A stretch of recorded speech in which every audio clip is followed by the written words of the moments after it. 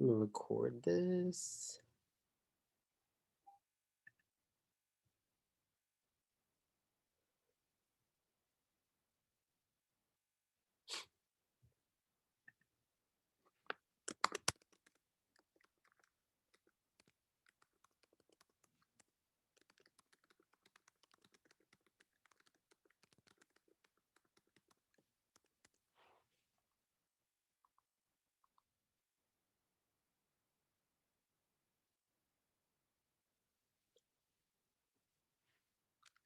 Awesome. Can everybody hear me? Yes, I can hear you. Awesome.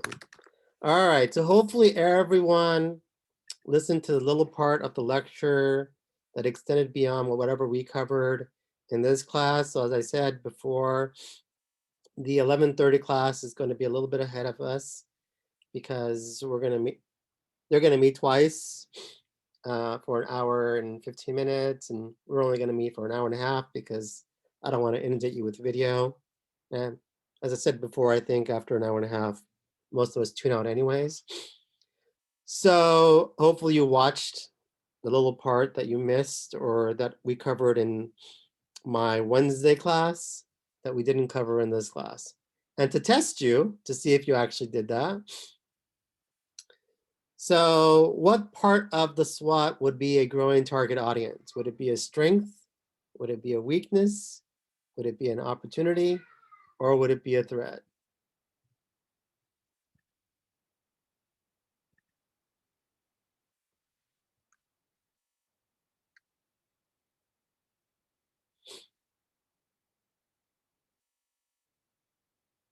Very good. Yes, Jason. Thank you, Melissa, Rihanna, Hannah, Samantha, all of you. Okay, very good. Good, good, good, good. Yes, a growing target audience, right? Obviously, the company itself has no control over a growing target audience. So that would be external to the company, right? So yes, that would be most certainly an opportunity. So very good. What about a growing economy?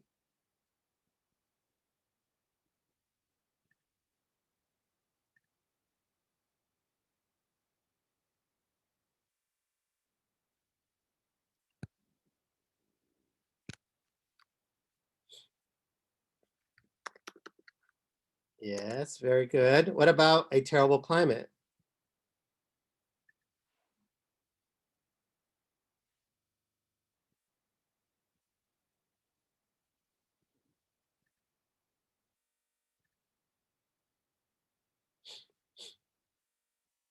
Great. Yeah, exactly. I mean, again, the weather, right, is external. We have no control, although some would say we have a little bit of control. Um, Generally speaking, that would be external to the company. It is considered a threat. So very good. What about a competitor having a better technology?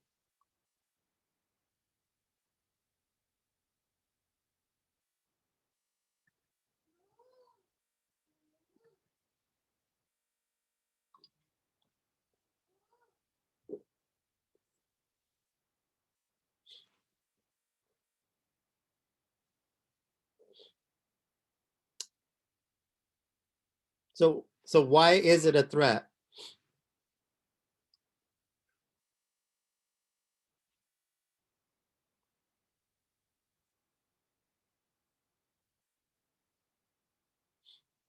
Now, is it a threat because you couldn't control it, or is it something else because you could have controlled it and decided not maybe not to invest enough money?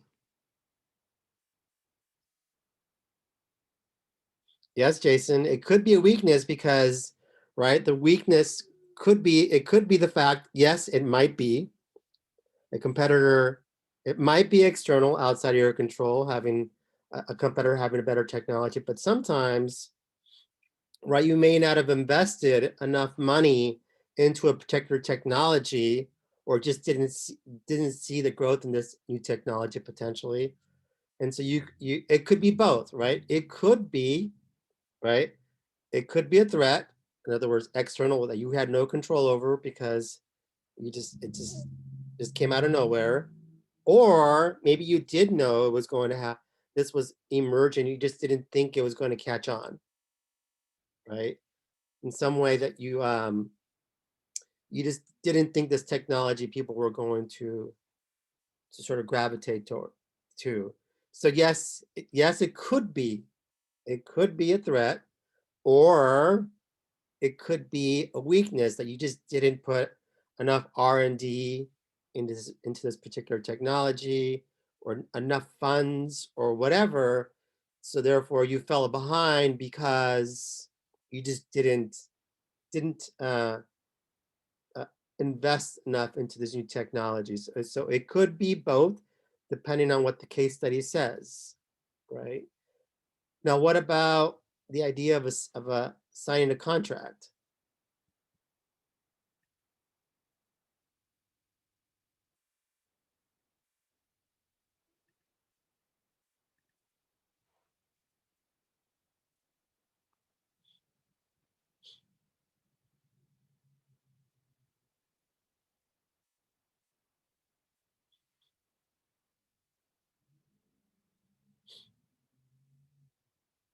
Willa is correct. It can be a strength or it could be a weakness. Exactly, Samantha. It just depends on how the case study presents the signing of a contract. Because again, the company internally has control, right? In terms of like who they sign contracts with, generally speaking. And sometimes you sign contracts from a position of strength, and sometimes you're signing contracts from a position of weakness. So it just depends on what the case study says. So, if you see something, let's say Disney signs a contract with, I don't know, Chinese government.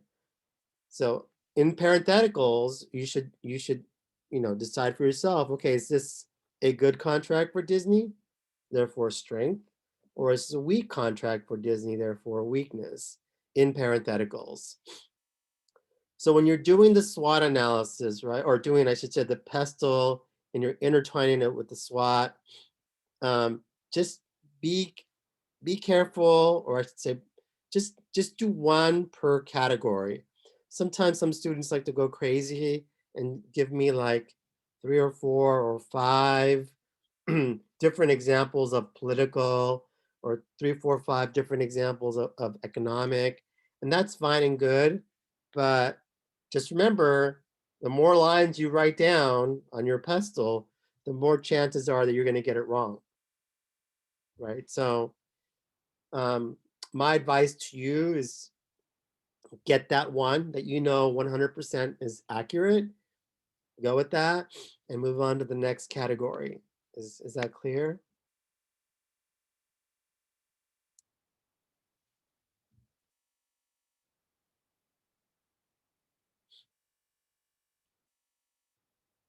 Okay, good.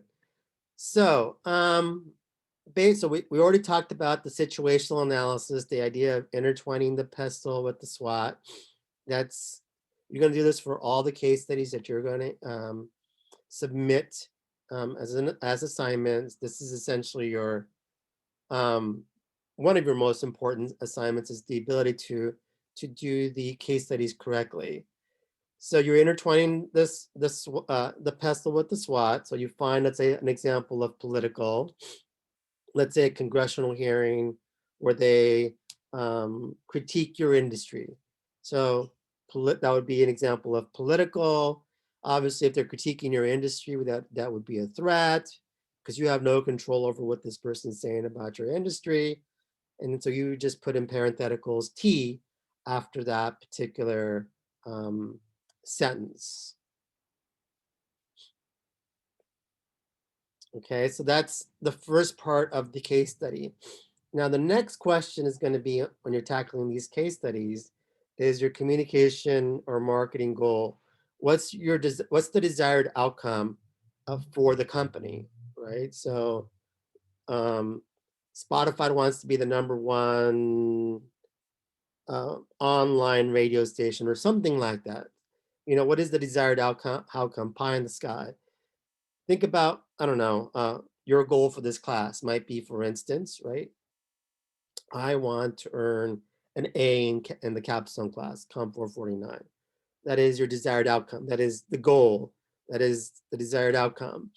And so, but there's nothing tangible about it, right? It's just the desired outcome. That's very different from the objective. The objective is essentially what is, the milestone that you want to achieve, or what it is that you want to achieve. It has to be tangible. So if you looked at my syllabus, for instance, and you said, oh, okay, I want an A in Puente's class, not an A minus, just an A or even an A plus. And so therefore, if you look on the syllabus, it's going to tell you a specific point total that you need to achieve in order to earn an A. That's your objective. That's the number that you want to achieve. If you want to earn A plus, okay, so what's the number according to the syllabus that you want to achieve? That's the objective. The objective is always tangible. It's always something with a number. So you can write the most beautiful paragraph in the history of English, right? When you're doing these case studies, but if you don't have a number in there, it's wrong. It's always going to be a minus 10, because I think it's minus 10 no, I think it's a minus 7 points, because the tactics, which we'll talk about shortly, are the other three. So you're going to have a minus 7 every single time you write a phenomenal paragraph with no number. So you want to avoid, or I should say, you want to include a number always in your objective. Don't ignore the numbers. And in the case studies, it's going to tell you, um, whether you look at a graph, or it actually tells you within the case study as you're reading it, what exactly is the objective tangibly that that company wants to achieve. And this is a big one when it comes to my students missing this a lot. This happens a lot. So is there any questions when it comes to the objective, that when you are doing your case study, you have to write something down that is tangible? It is the objective of the company, something tangible that they want to reach, some sort of number. I gave you the example, for instance, earn $6 billion at the box office. That is a tangible number. That is the objective. If they don't reach $6 billion, then they didn't succeed. They failed on some level. No questions with that when it comes to the idea of objectives? I think this is the third question in your case study template. No questions?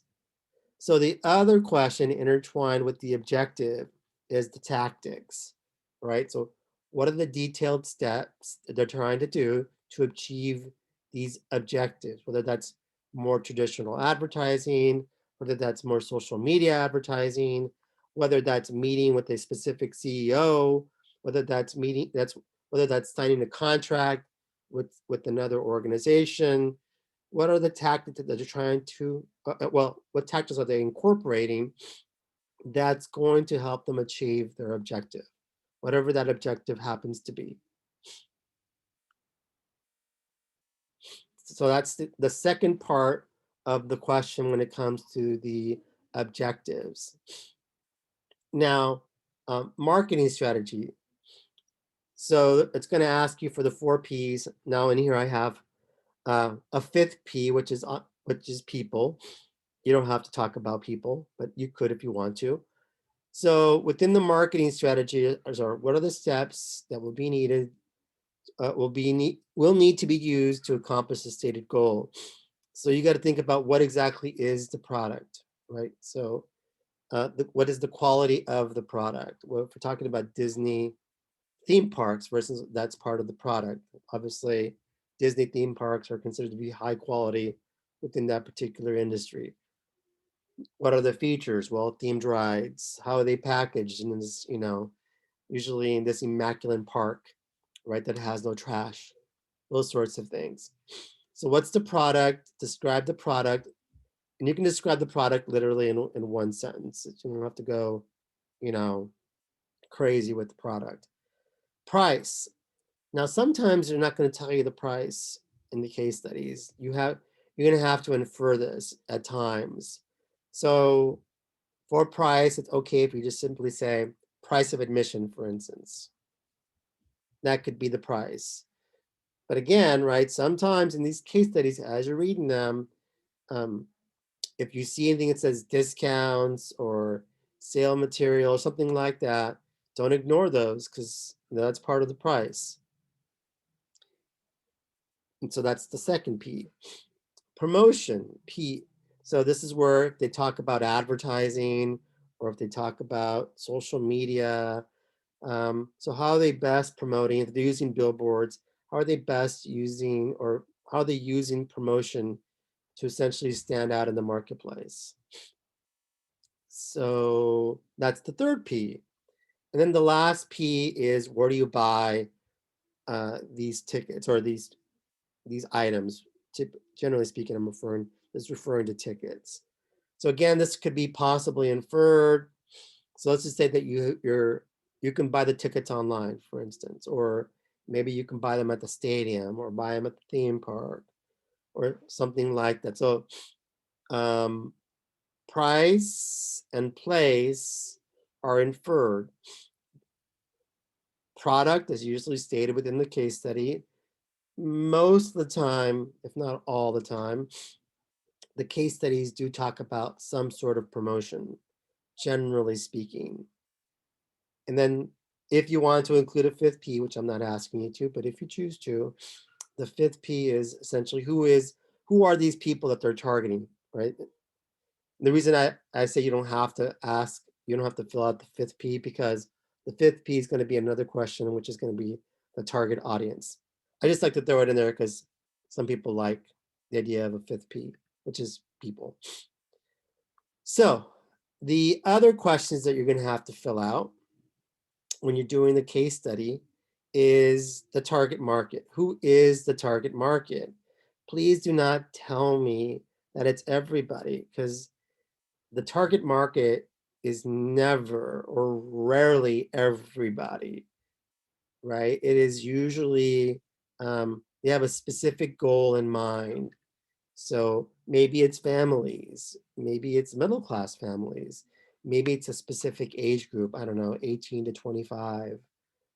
So who exactly is this target audience that's going to determine the success or failure of this company? So oftentimes the case study is going to tell you who is the target audience.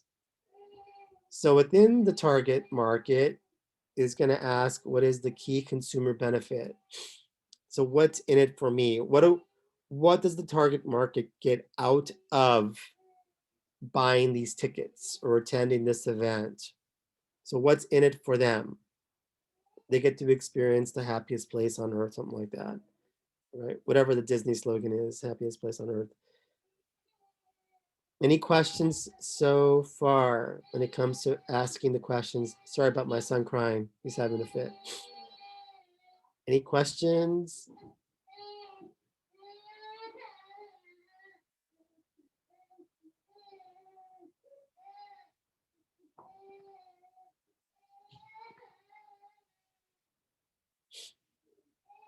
Okay, great. Great. So another question that students often miss when they're tackling the case study is competitive strategies. So competitive strategies does not talk about what the company is doing. It's talking about what the competitors are doing, right? And so in every single case study, it's going to talk about what the competitors are also doing within the industry. So write those down. Okay, that's going to answer your competitive strategies. What are competitors doing with either their advertising or their product development? And then the last question that you should answer with, at least with about a paragraph. Some students, do write about a page on evaluation. You don't need to, but if you choose to, that's great. So basically, what I want you to do is, okay, you've read the case study. So based on the information that you have, you tell me whether or not you think the company will be successful moving forward, or will they fail moving forward? So explain why you think they're going to succeed or why you think they're going to fail.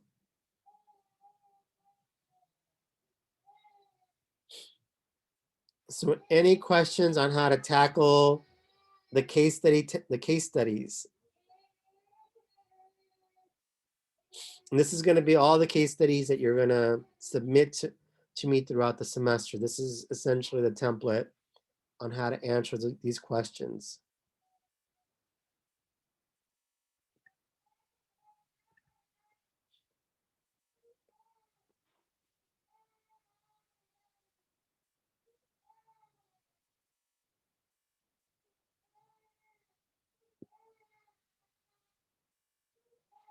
Okay, great.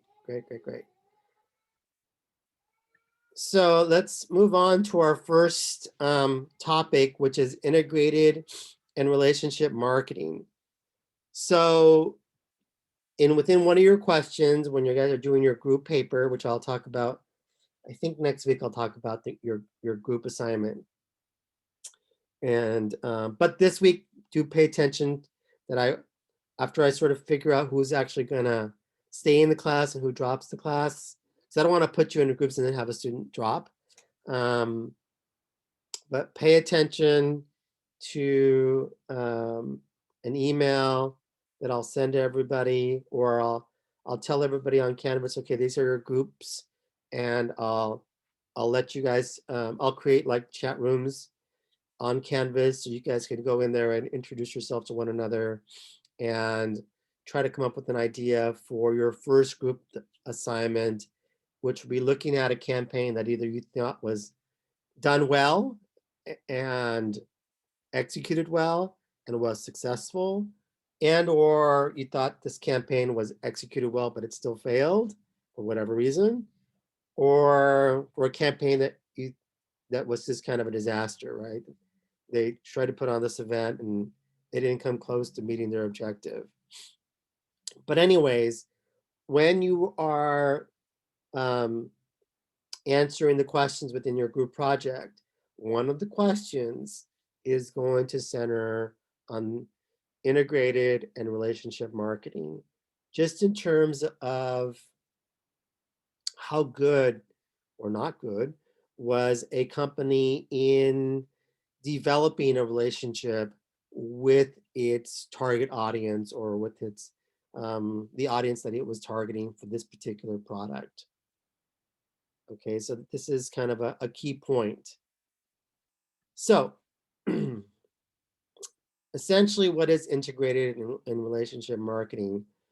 It's essentially, well, it's not necessarily a new marketing method, but it's a marketing method that uses databases. And recently, right, obviously, if you've been watching the news, databases have gotten a lot of critiqued, and I think rightfully so, about how companies have been using their data, and in some cases, right, selling their data.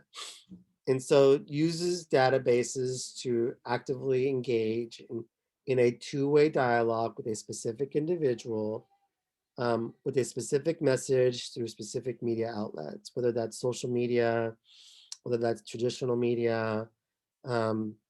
So how does a company use its data to interact with its target audience? So this way is considered to employ a more diverse, it's a better way in many ways, employ more diverse media vehicles than traditional media efforts, and choose media based off of a target's lifestyle, needs, wants, and media usage. So essentially, right, through integrated and relationship marketing, a company is better able, because they can track you, right?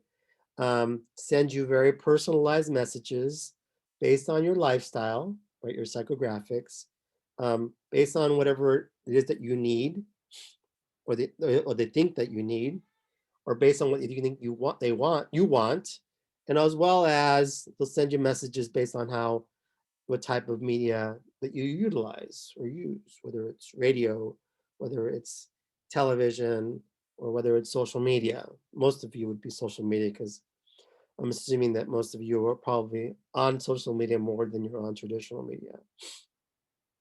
So the assumption is essentially, this is again from the company's perspective, not yours, that people want to have an ongoing relationship with one organization. That's the assumption. So in other words, right, you guys, or we as the, not just you, we as a consumer um, want to have a relationship with the company that we buy products from.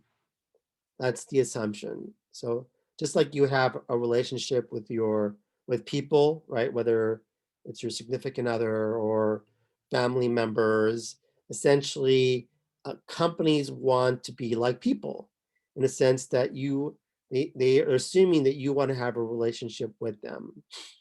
And so that's the assumption that they're operating under. Fact.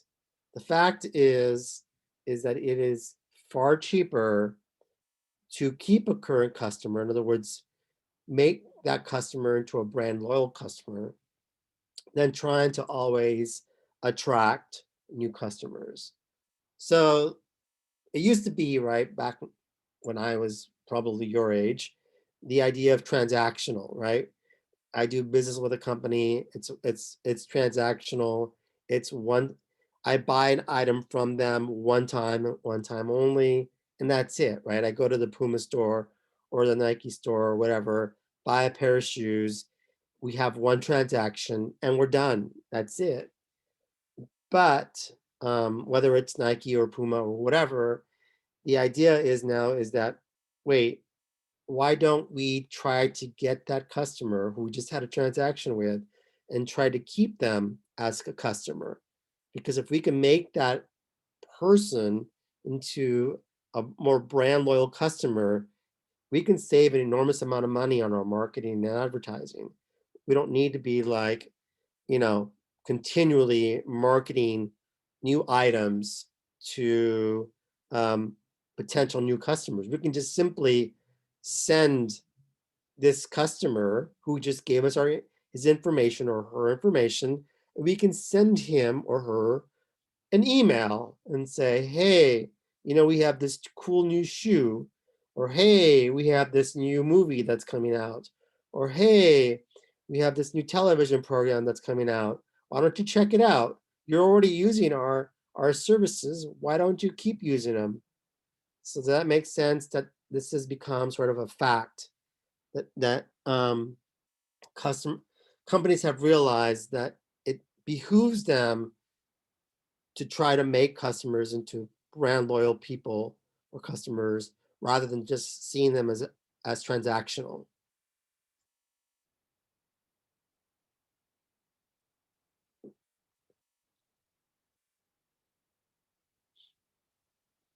No questions?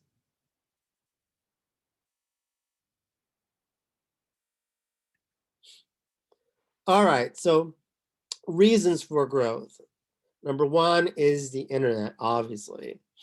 So in a lot of ways, the internet has been good for the consumer because the consumer is essentially now, although some would argue, is now in control, right? You as the consumer has the control in terms of like, okay, what is that you want, the what, you have control over when you want it, because you can say, I want this item, and you can go on to Amazon or whatever and order it. You can tell them where you want it, drop it off at my house, for instance, and you can essentially tell them how you want it delivered. um so that's, the internet has placed us into control to a large extent. Again, some would argue that not true. Databases. So now the fact that the companies have been collecting data on us, they now have all sorts of information about its customers. And so, although some companies sell it, which is not necessarily good, It does give an audience a name. It does give an audience a personality. And because of that, the the advertiser is able to send a very specific and personalized message to the audience because they know exactly um, what what that person is like. So because they can send them personalized messages, it enhances their chances of actually this person responding to these messages. And number three, better educated US customers nowadays can do research. We have this thing called the computer, and essentially you can do research on your company. So I don't know, let's just say that hypothetically you're really into social justice, for instance, which is a big deal right now, especially amongst young folks. By the way, that's a good thing. And so you can do right research on these companies and say, well, how are they making content? How are they making money? Are they investing or are they supporting things that I believe in, for instance? And if not, then I'm going to search for another company that is investing and believes in things that I also believe in.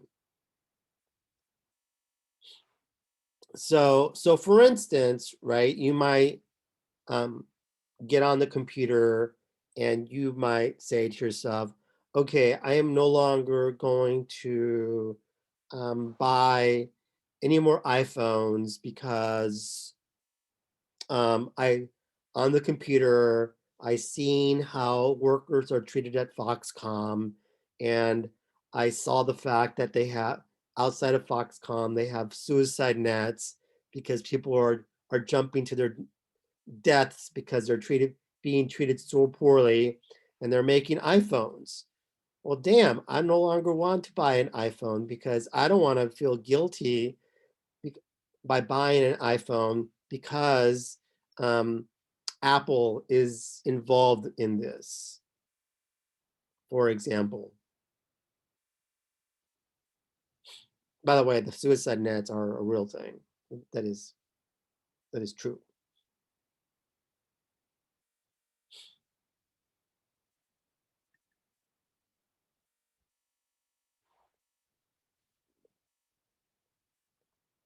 Any questions on the reasons for growth?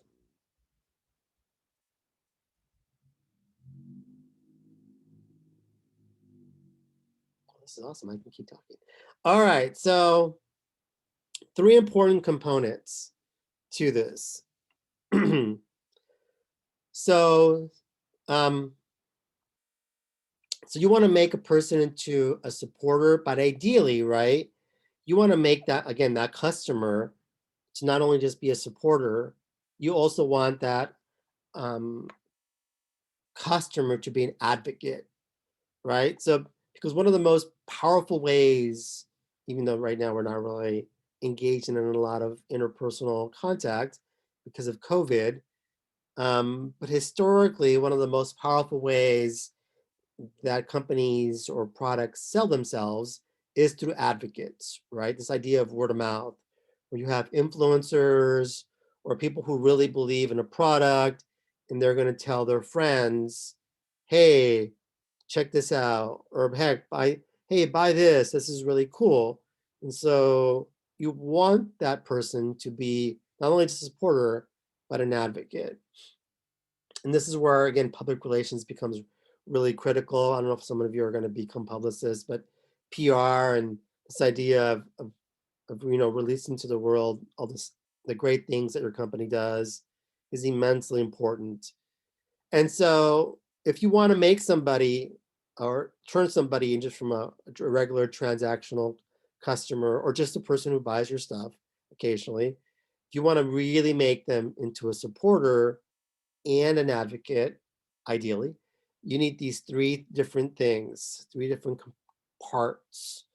Number one is satisfaction. And so satisfaction essentially means the perceived benefits exceeds the customer's expectations. So again, perceived benefits exceeds the customer's expectations. So in other words, the customer was expecting a good experience, but then you went over and beyond good.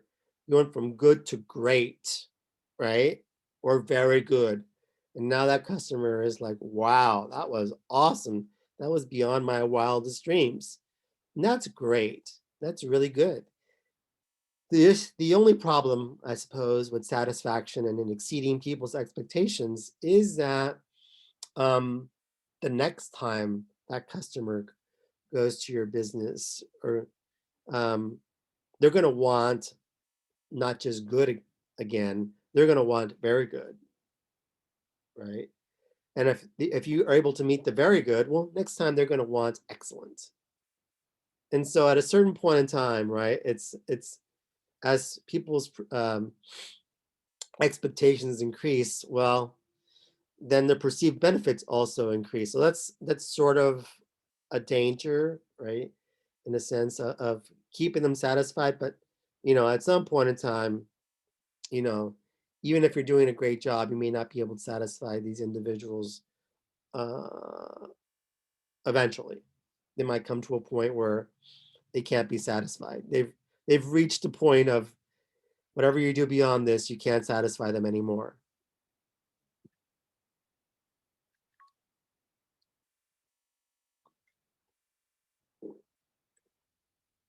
Yes, they do, Willa. They use those database. They use algorithms. Yes.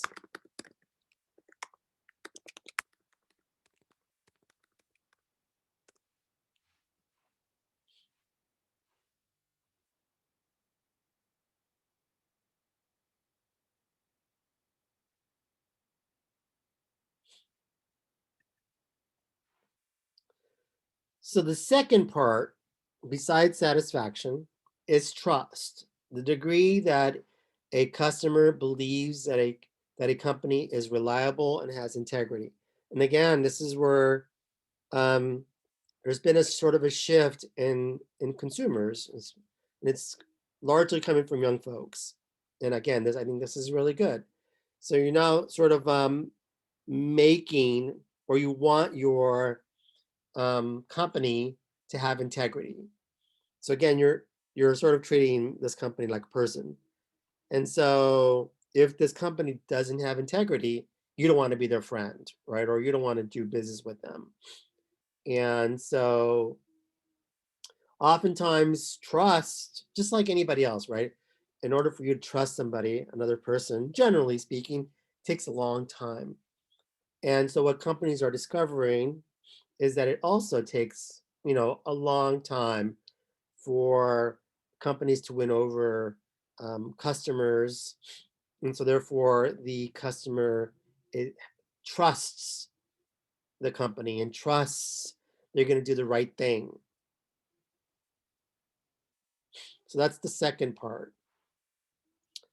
Third is commitment, is personal attachment to the company. Essentially, this is sort of like the last step. Um, and so once somebody's committed to your company, they don't want to break up, right? They're comfortable with this particular company. And just like most of you, if you guys are in a good relationship, or you feel like you're in a good relationship with whoever you're in a relationship with, generally speaking, you don't want to just, say, I'm done, I'm over this, unless you're a commitment phobe. And I suppose maybe that's the case. But generally speaking, um, once a person has a personal attachment to a company, they don't want to break up, right? So a person doesn't want to end this relationship. It's sort of a psychosocial barrier that prevents us from switching to a new customer. So this is why once you have brand loyalty, right, it's very difficult for this other company to get you to switch. It's very difficult, not easy at all. So an example of what I think a sports league that does a really good job of doing these three things. This is why we have fans that are just so committed to not only the league but also to their teams because of these. Oftentimes, the teams themselves or the league itself generally fulfills these three things. It's 3rd and 2, and it's Thomas up the middle. Touchdown! Touchdown, New Orleans! That's just imposing your will on your opponent. You have a Pro Bowl right guard in Jari Evans, and you have a big-time thumper at left guard in Carl Mix. And you're seeing a defense that's spread out, playing a lot of zone coverage.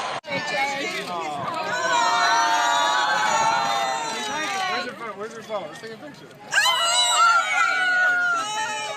Thank you so much. Watch out.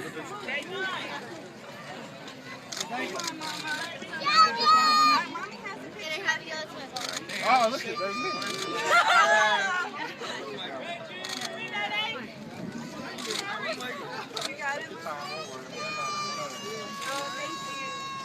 You got it? You got it?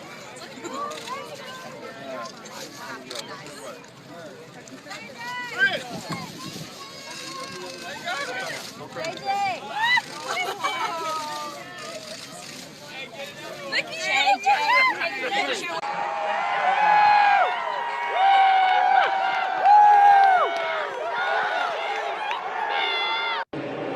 Well, Sam Acho, look at this great Christmas scene. Acho gives his glove to a fan, and talk about an early Christmas for this Arizona Cardinal fan. Unbelievable. Priceless. The excitement on that kid's face, probably the best Christmas present. He goes to his mom, I assume, and says, "Mom, look what I got." Nothing better. Stop. Watch how the Titans react to him. This is awesome. Before the game. That's so How cool is this kid? And watch Wesley Woodyard here. Woodward here. He's the star linebacker. Let's go, buddy. Oh, man. How amazing is that? This is why football's awesome. People can knock it all you want. This is whatever. This is why it's beautiful. Stuff you don't see. That's a video taken and sent to me, and I thought it was amazing. This is a kid who was probably a Lions fan walking into that. He will always be a Titans fan. I love that. Jump ball right here. Jump ball right here. No. So think about the experience, whether you're like a little tiny kid or a young kid, and all of a sudden, right, this, football player gives you a ball, right, or a piece of their gear. Oh my God, you just made that kid a fan for life. And probably also made the parents a fan for life too, because they're like, wow, I've never seen my son or daughter so happy, right? They've exceeded, whatever they thought was going to happen at that particular event. They just exceeded the expectations by, I don't know how many fold. So this is why it's really important, for instance, for these professional sports leagues to have sort of like this real tight bond with its fans. And I think the NFL, generally speaking, does a very good job of this, of really engaging with its fans in a very intimate way that builds, right, satisfaction, it builds trust, it builds commitment. You could also say other companies do this as well. You could argue that Disney does a very good job of meeting these three parts as well. So any questions so far before I move on? Are there other examples of companies within entertainment, tourism that do a really good job of fulfilling these three components? So therefore they make customers into not only just supporters, but also advocates.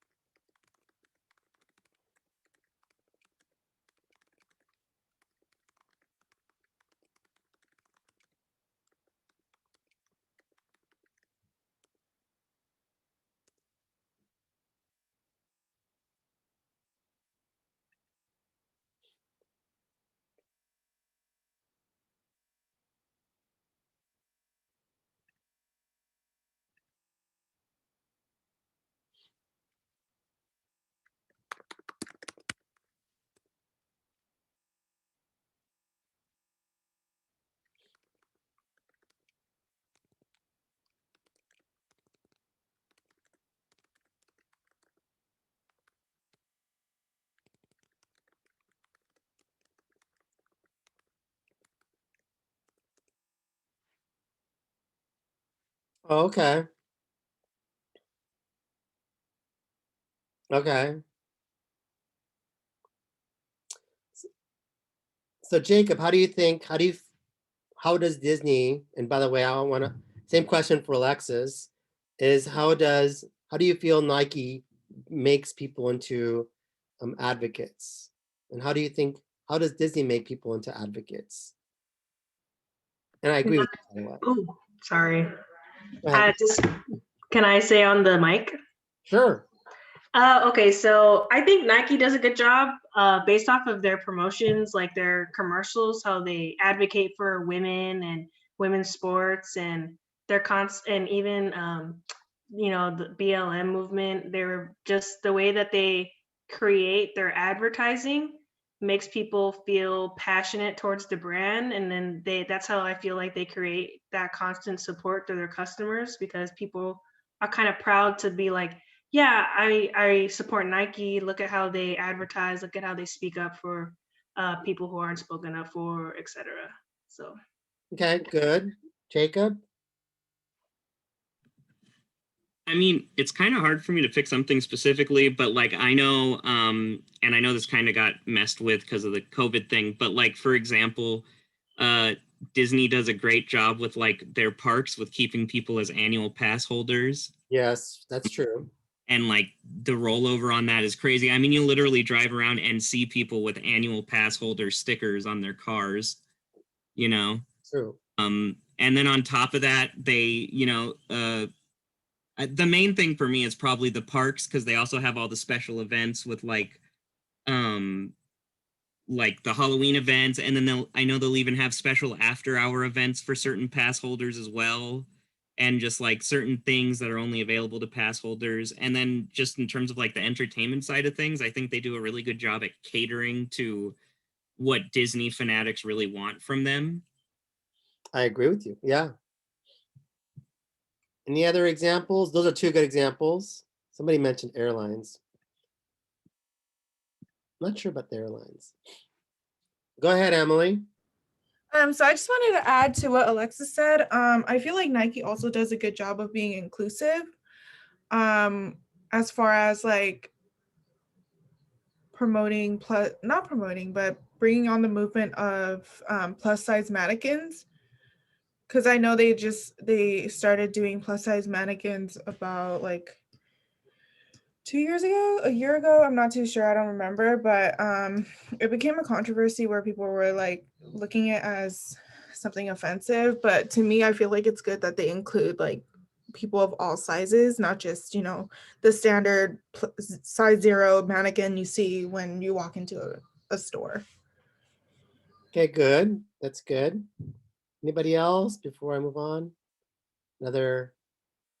So I want your brains to be churning, by the way, when I talk about this, in terms of like, when you get together with your groups, think about, again, right, an interesting marketing campaign that may have succeeded because they did a really good job of making or developing a relationship marketing campaign, and or maybe they failed because they failed to do this. So think about that, because it is going to be one of your questions that you're going to have to answer when you're doing your group case studies as collectively. So other elements of that are essential within relationship marketing or integrated marketing. Somebody alluded to this already. I think it was Willa talking about the idea of algorithms and this idea of research and to gather information to determine the best promotional and media mix. So this is where you have to really do a lot of research on your target audience, who's going to determine the success and failure of your marketing campaign, and how do you best reach them. And it's over time, it's become more challenging because there's many more media outlets, and all of you probably are in using social media in different ways, I would imagine, probably. And so it becomes, you're sort of a moving target. And so how does a consumer, well, not a consumer, a company reach this target audience, this the audience that's going to determine the success or failure of their campaign. And also, beyond that, identify what type of message will motivate a purchase. And we'll talk about this when we get down here when we talk about think, feel, and do advertisements, right? So what type of message do you think is going to motivate a purchase? Do you think it's going to be something that's sort of logical, a think? Or do you think it's something that's going to be sort of emotional, right? A feel? And of course, right, all of them are going to have an element of do, generally speaking, because do is then, okay, buy. And so, but which type of message, the think or feel, and the do you think is most likely going to get that target audience to actually get them to buy a ticket for your product?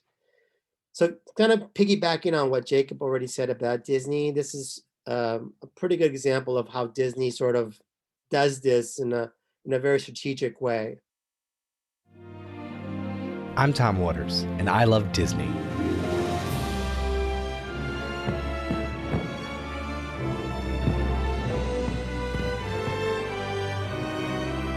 Founded in 1923, Disney is among the oldest entertainment companies in the world. The leadership and business acumen within the company has led to their sustained domination of network, film, and amusement parks across the globe. Their products and services are built entirely around the customer experience. Whether you're at a theater, on vacation, or lounging in your living room, Disney creates a comfortable and nostalgic experience designed to charm you into submission. It's fairly well known that when Disney cartoons were hand-drawn, many original segments were recycled into future productions to save time. This practice makes sense when hand-drawn movies could take as long as 8 years to complete. But Disney has a more evolved process now. Their creative application of recycling content deserves its own analysis. Today we're going to take a closer look at the process management tactics they apply to produce hit after hit, year after year. Their 2016 feature release, Moana, rated 7.7 on IMDb and grossed over $248 million to date. Moana was widely revered by both critics and viewers alike, and since I have 2 small children, I have now seen Moana roughly 6,000 times this summer. I first noticed minor throwbacks to other Disney animations and assumed they were delightful Easter eggs, like when the shiny crab makes a Little Mermaid reference after the closing credits. If my name was Sebastian and I had a cool Jamaican accent, you'd totally help me. But as my kids kept demanding a rewatch, I started to notice the subtle but very deliberate callbacks to popular scenes from older movies. This formula for framing a user experience will help you experiment and improve interactions with clients, colleagues, and interviewers. I call it the iteration upcycle. After identifying the most effective elements of your process, it is essential to analyze why these elements were effective, allowing you to improve upon them and also apply them in different areas of your business. Disney applies the iteration upcycle formula by thoroughly analyzing their past work, taking the bits that have a high impact on their audience and refashioning them for future use. There are 3 main frameworks in this process. The first, familiar framing, enhances an experience through the use of indirect cues to stir positive emotional triggers. By creating an experience that is subtly familiar, you develop comfort with your target group. The feeling of comfort is a signal of trust, which is essential for creating a strong brand. The next framework takes the concept further by replicating components and applying it within a new context. Recycled content duplicates a previously successful element of your system in order to deliver a higher probability of your desired emotional response. Whether you're introducing a new product or service, launching a marketing campaign, or approaching a different segment, you want to examine the effective elements of your existing work and recycle them to create a prototype with the highest potential for success.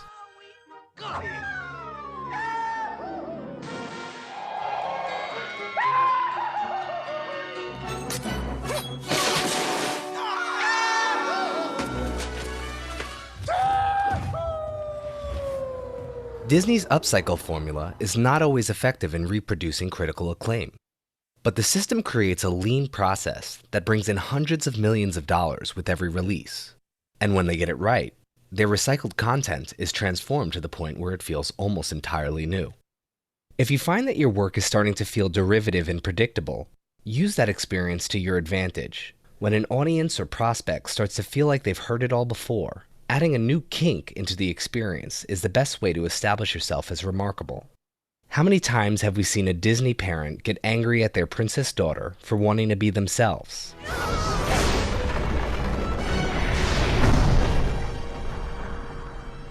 But look at how Disney artfully subverts our expectations with Moana. I should have burned those boats a long time ago. No, don't! Chief! It's your mother! Mother. Whoa, didn't expect that one coming. When you create a strategic subversion, you fast-track goodwill.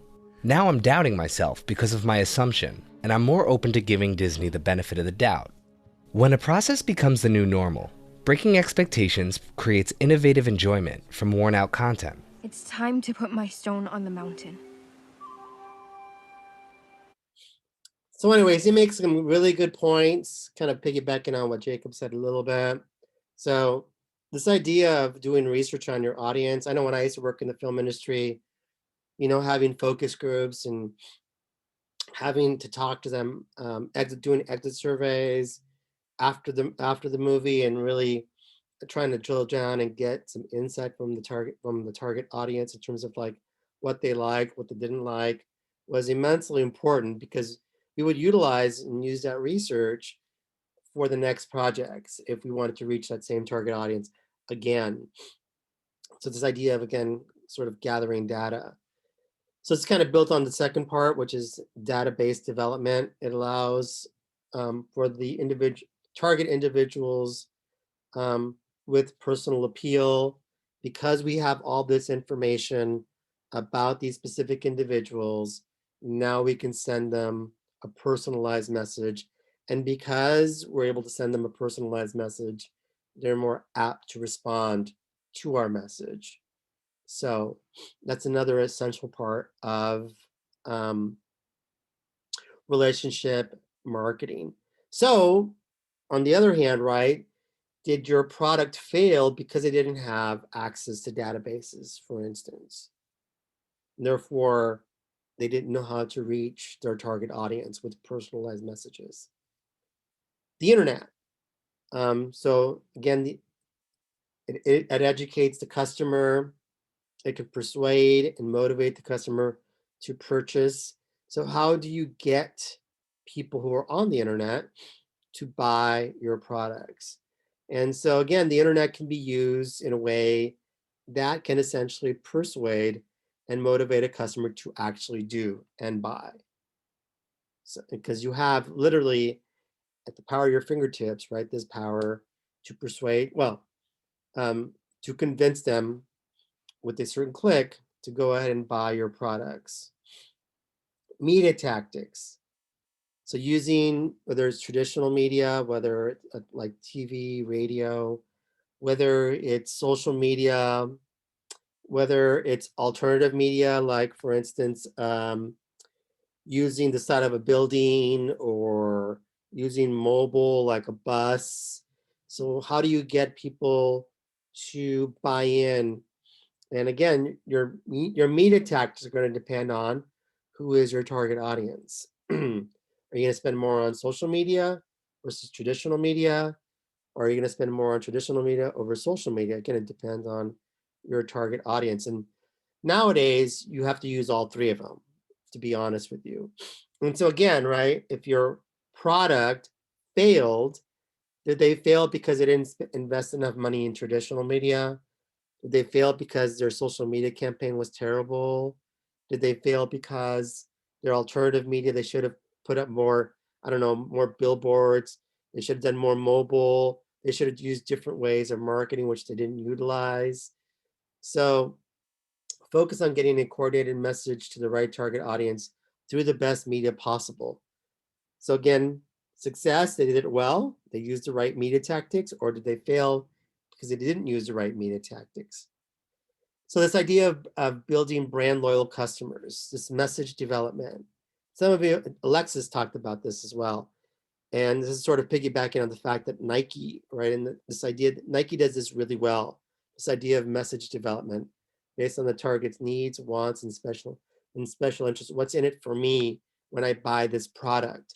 And so Nike, and Disney does this as well, very well as well. Nike does a really good job of utilizing the feel advertisements. They like to use emotion to get you on board and to become brand loyal to their particular products. So for example, in the battle for our attention, facts are usually not as effective as emotions. The more emotionally invested we are, the less critical and objectively observant we become. Simon Sinek, best-selling author and public speaker, is famous for saying, "People don't buy what you do, they buy why you do it." And one of the most effective ways to show this why is through vivid storytelling. And advertisers are well aware of this. This is why companies like Apple and Nike try to tell inspiring stories backed by dramatic music in their commercials. Stories that often have nothing to do with the product. The bonds we find here should run past these lines.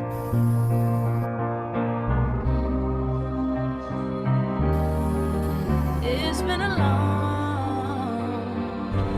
long time coming. One of the greatest jobs of marketing in the universe has ever seen is Nike. Remember, Nike sells a commodity. They sell shoes. And yet, when you think of Nike, you feel something different than a shoe company. In their ads, as you know, they don't ever talk about the products. They don't ever tell you about their air soles and why they're better than Reebok's air soles. What does Nike do in their advertising? They honor great athletes and they honor great athletics.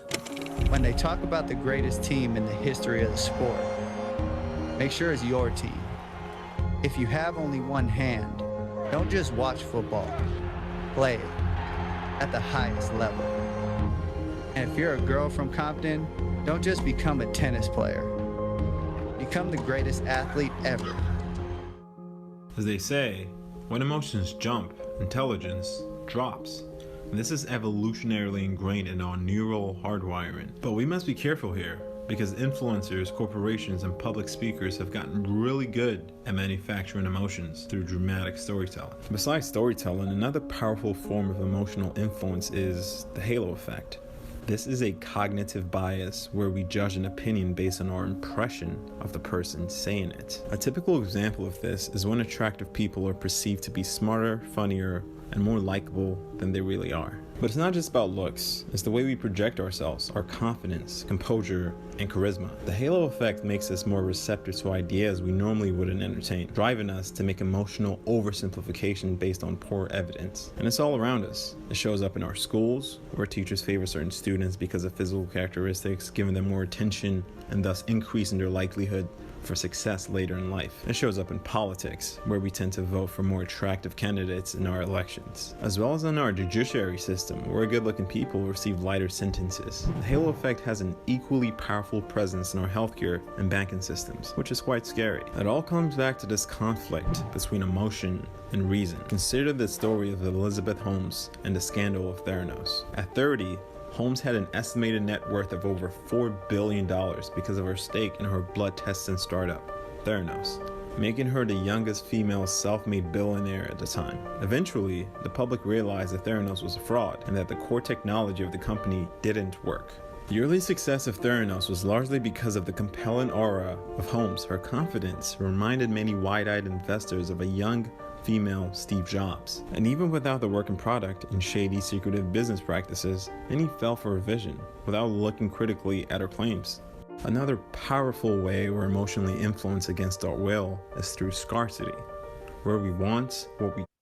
So this is also the dark side of the thinking, is that when, well, I should say feeling, whenever we do whenever companies utilize this idea of the feel campaigns, right? The danger is, of course, at least for us as the consumer, is that we lose rational thought, that we buy products simply because it's sort of emotional. They're tapping into something deep in our minds that we have no control over. And sort of compelling us or sort of convincing us to buy these products without really critically thinking to ourselves or really examining to ourselves and saying, hey, are Nikes really the best shoes for us? Or something else may be better, but the only reason I'm buying these Nikes is because they do these cool ads that make me cry or make me feel good.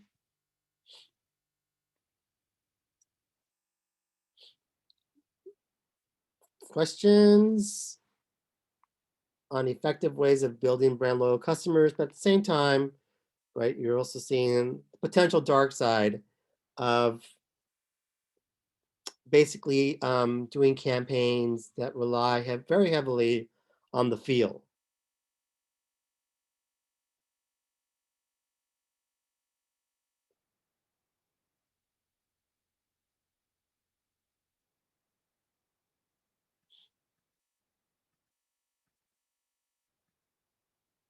Okay, so another essential part of relationship and integrated marketing is this idea of a two-way dialogue. So like anything else, what's now antiquated is this idea of one-way dialogue. It used to be, right, that when companies ran advertisements, it was one-way dialogue. There was no way for us as the consumer to essentially react to these commercials or these messages. But now, obviously, with the internet is now around. There's this two-way dialogue, or at least the ability to have a two-way dialogue. You can now have conversations with these organizations, but this is critical. This idea of having two-way dialogue is important for the consumer because the consumer likes the idea of that they're being heard. Right? I matter. They're listening to me. So nobody wants to be in a relationship where you're not being heard. So this is a really important part. Another important part of relationship marketing, the process, I should say brand development, the process to give your product a personality and to make someone into a brand loyal customer. Going back to Nike or even going back to Disney, right? People want to be friends or have relationships with somebody who they like or somebody who they think is cool. And so under this relationship marketing, one of the things that people who specialize in brand development is trying to give their product a personality that people are going to like moving forward. And that's going to make them into a brand loyal customer moving forward.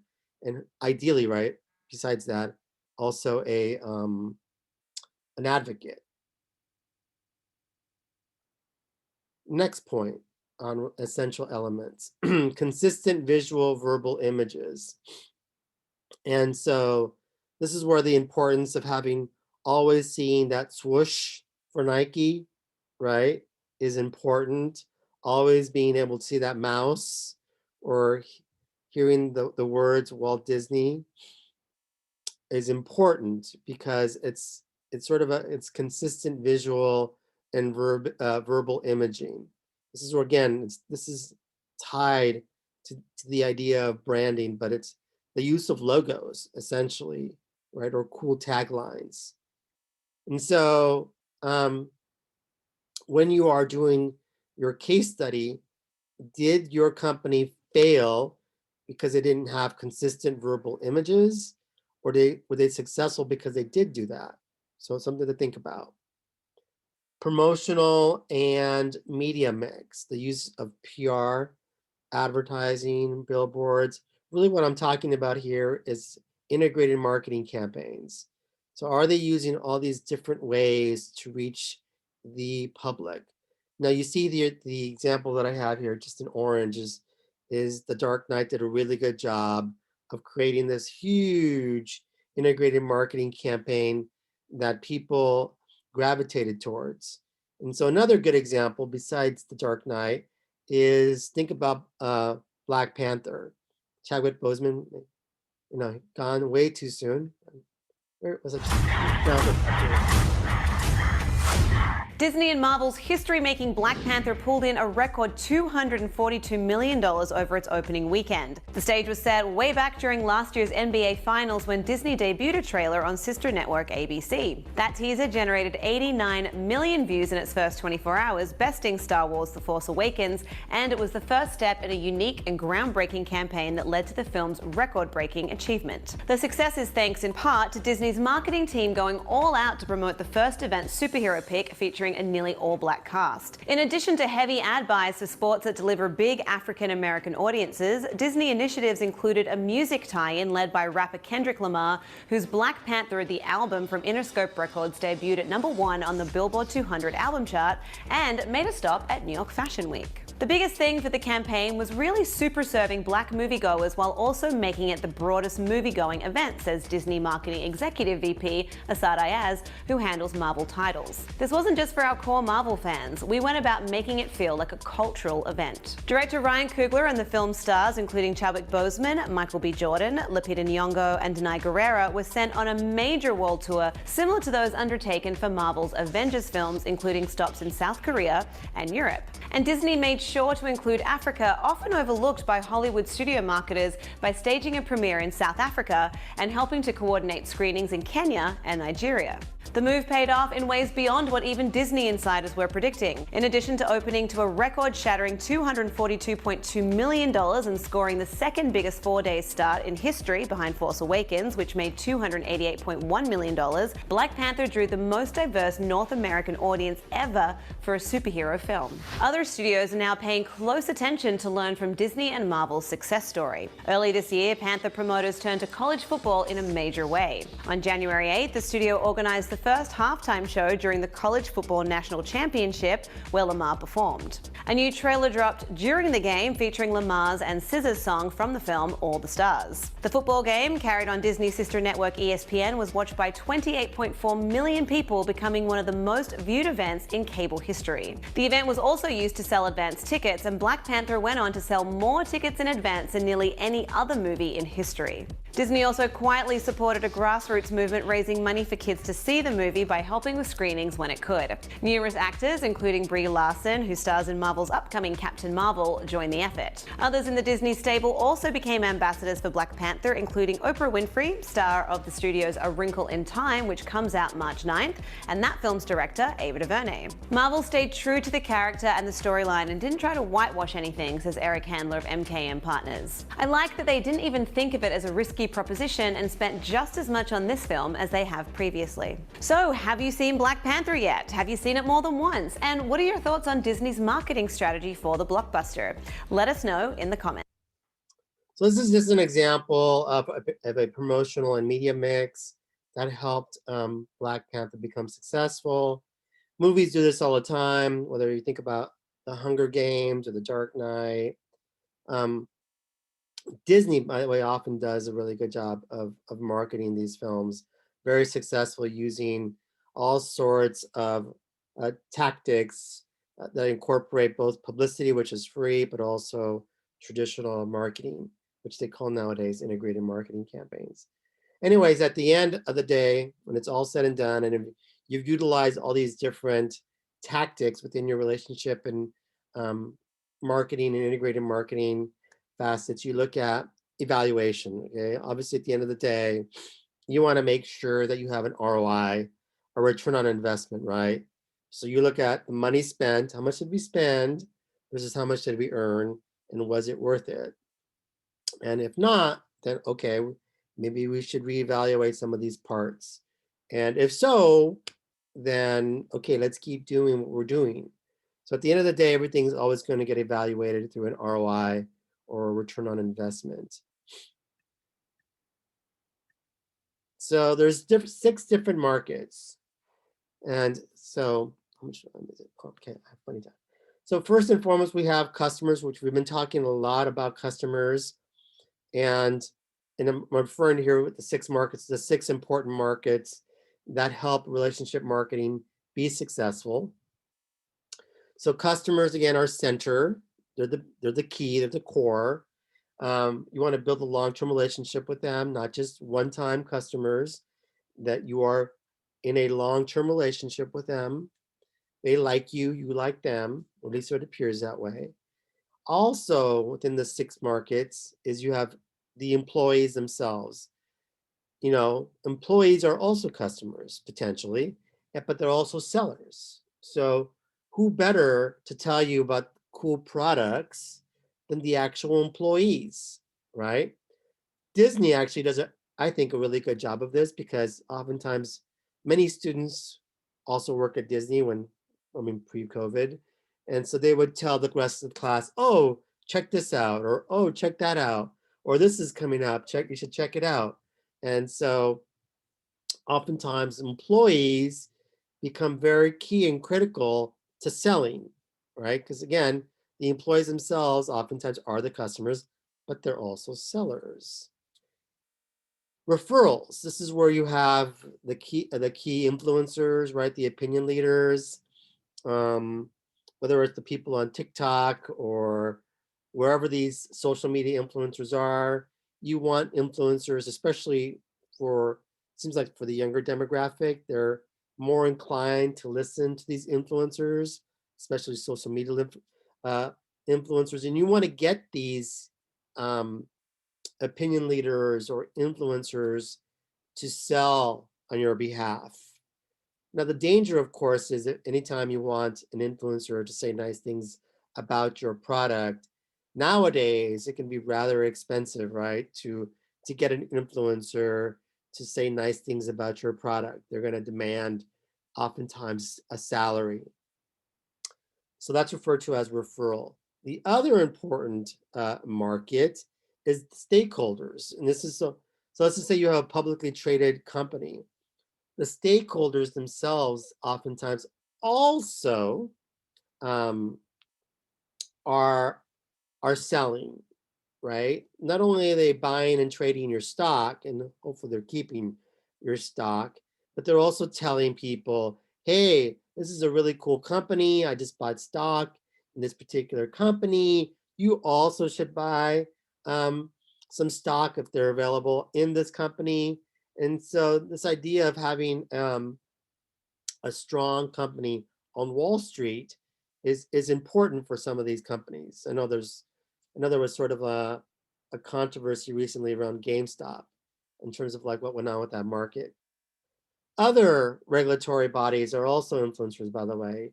You have the financial regulators, the FTC, for instance, the ones that, for instance, are going to grant you money or make sure that we're living in a good economy, because our government can ruin the economy, right? Or they can make the economy better.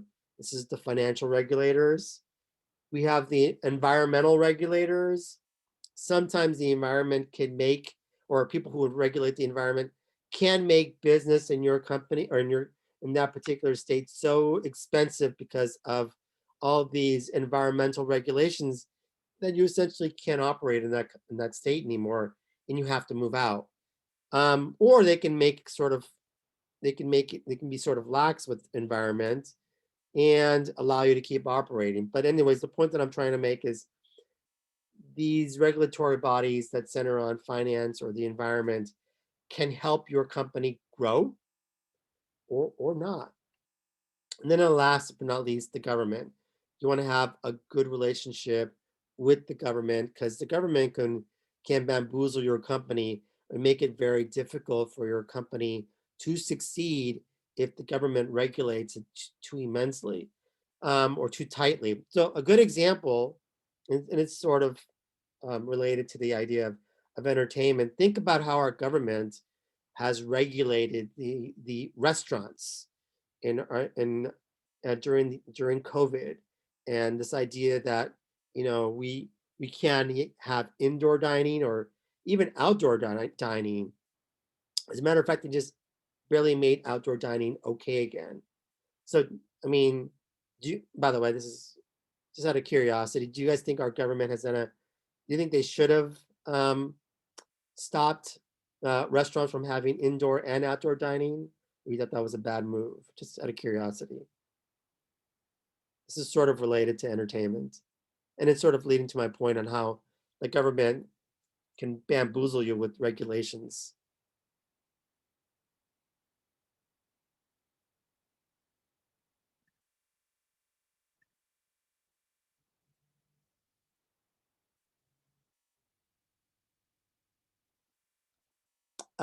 Recently. Originally, I think it made sense. I don't know about recently. I don't know. Okay, bad move to reopen.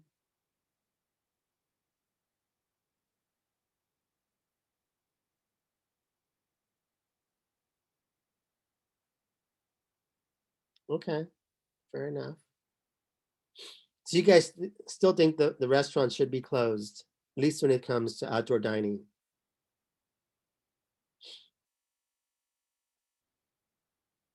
I think you're probably right.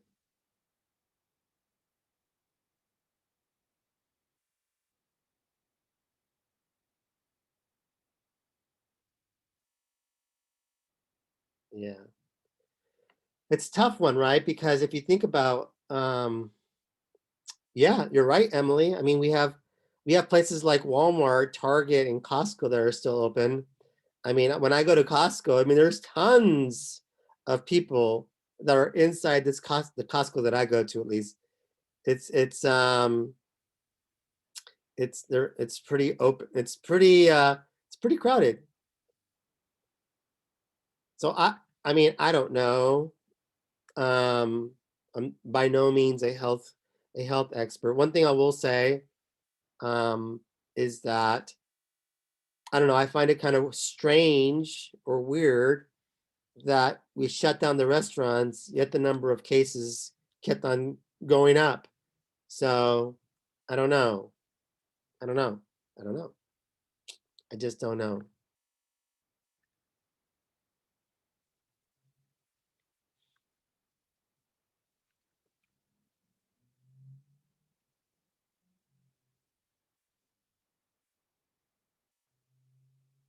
You're right, Rihanna.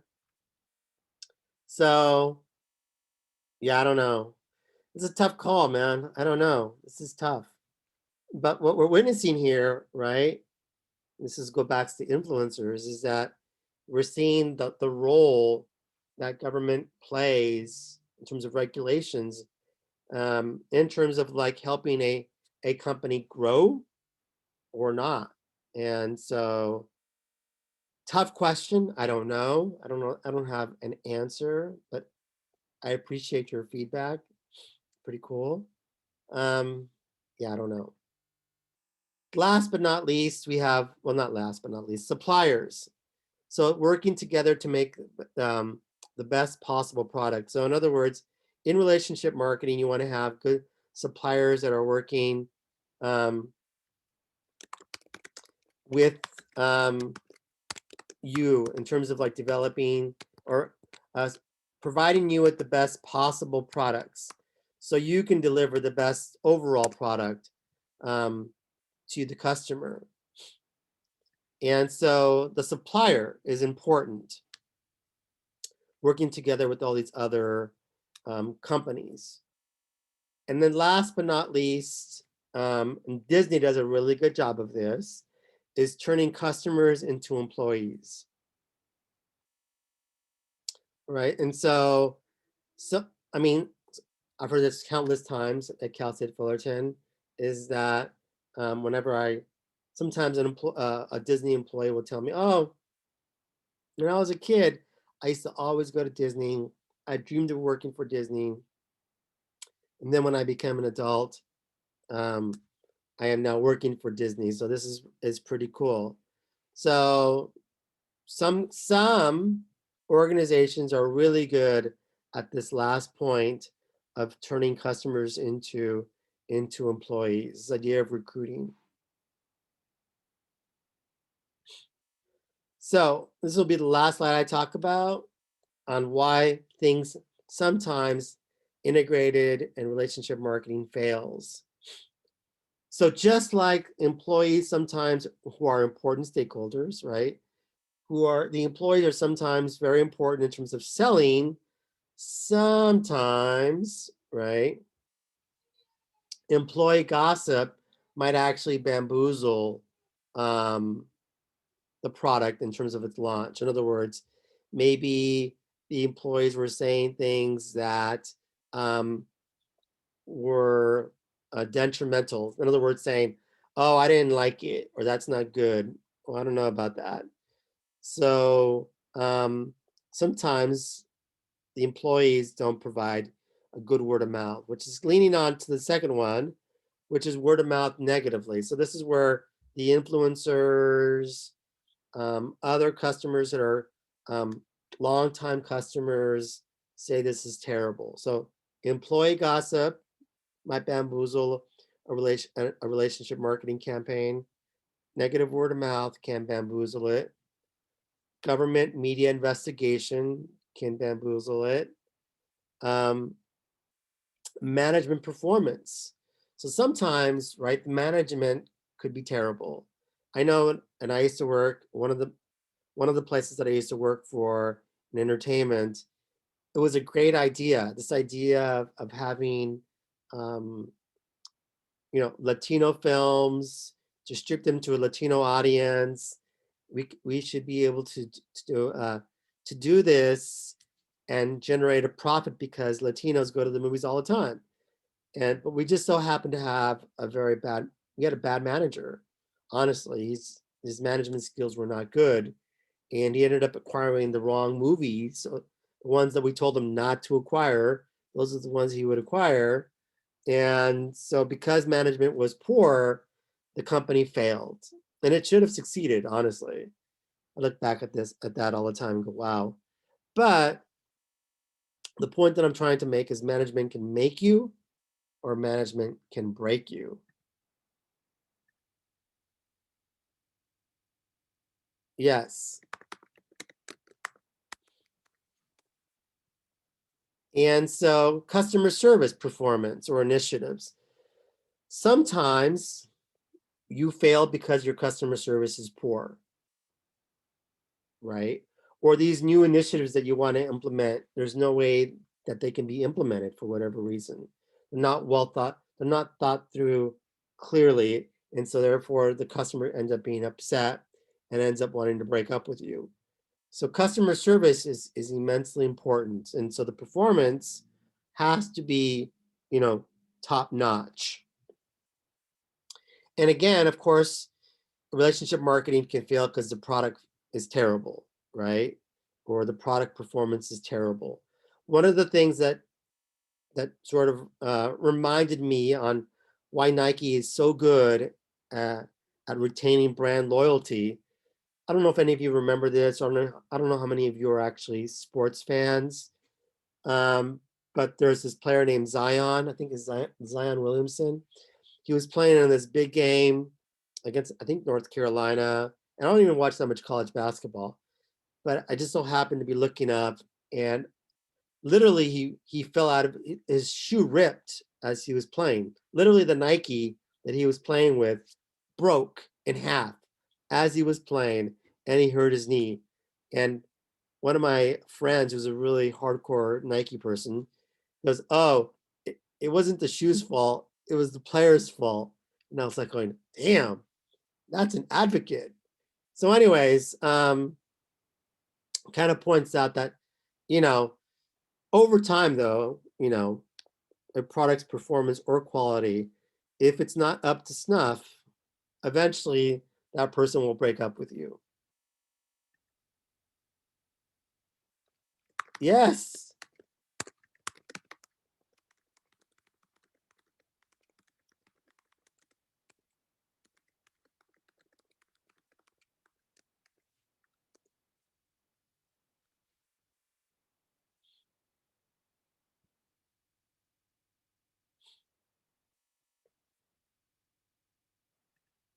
So anyways, sometimes your in-store or out-store displays might be terrible. And so so relationship marketing might fail because maybe people just didn't know you existed in the stores. Packaging. Nowadays, packaging is very important. And so it has to be attractive to the eye. And so if your packaging is not attractive, and doesn't get people's attention, your campaign can fail. Distribution, store locations, maybe it's too difficult to get to those stores. And or maybe their online sales, it took too long for you to get the item, right? So maybe you ordered it and it took, 3 weeks before you actually received the item. You're like, wow. It's like, I don't like this. It took too long for me to receive the product. So distribution, store locations could be an issue. Price, although sometimes people do like expensive stuff. But sometimes things can be too expensive and you don't want to buy it because you just can't afford it. But at the same time, folks, sometimes things can be too cheap. In other words, the price point is too low and you're thinking to yourself, now, why is that item so cheap? I don't understand. You lose trust for a product when it's priced too low. You think to yourself, what's wrong with it?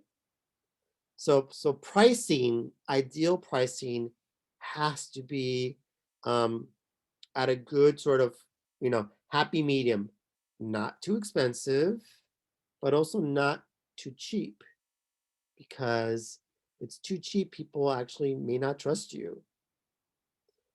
Uniforms. So sometimes people don't like the idea of that you're making employees wear uniforms or dress codes. You might fail because of that, believe it or not. You might fail because deliveries or the delivery drivers were not kind to you or slow. So for instance, I have a couple times this happened to me, not recently. We used to have a driver that literally, the only reason I knew something arrived at our door was I just heard a thud on our screen door. And I go, oh, something just came. And sometimes the box would be kind of folded. And I was like, damn, this person is terrible. And even though the company, right, didn't hire that UPS driver, I think it was UPS, didn't hire that UPS driver, but sometimes, even though they had nothing to do with it, you might think to yourself, well, you might blame the company, even though it was the UPS's fault or the postman's fault or the mail person's fault for not being kind or being slow. Last but not least, and this is the last thing I'm going to talk because it's already 5. We've already gone over time. Sales tactics. Some people do not like the idea of aggressive sale tactics. You guys prefer oftentimes the slow sale. So anytime sales tactics are too aggressive, a lot of us just shut off. So please, if I do post anything else on the video side, in other words, my Wednesday class got too far ahead, I will please watch the little snippets of video that I will attach on beyond this one lecture. So anyways, if you have any questions regarding the case studies, I think they're due next week, I think, maybe this week, I'm not sure. Look at my syllabus. Please send me any questions on the case studies. If there's no other questions, have a good day.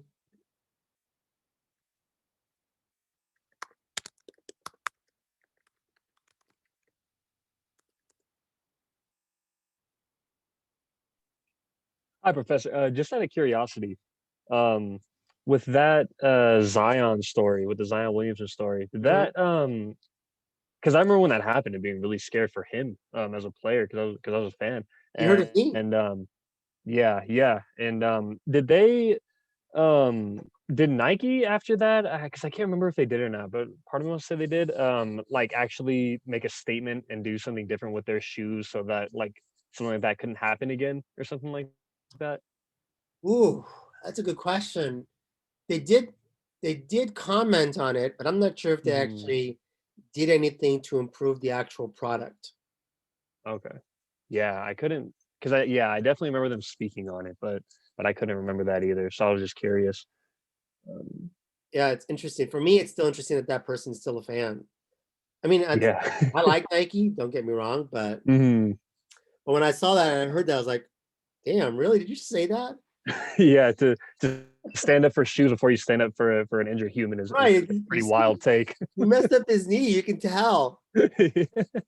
Like, wow, you're defending the shoe over his knee.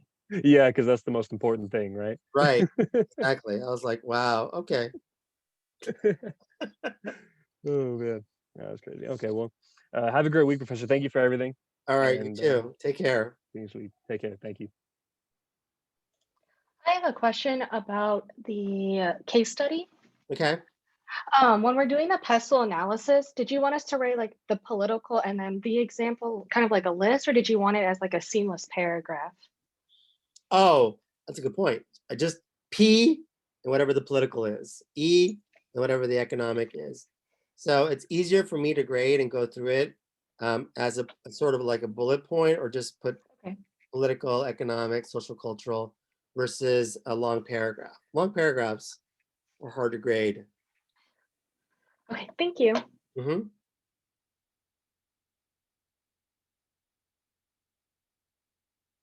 I have a question about the case study as well. Okay.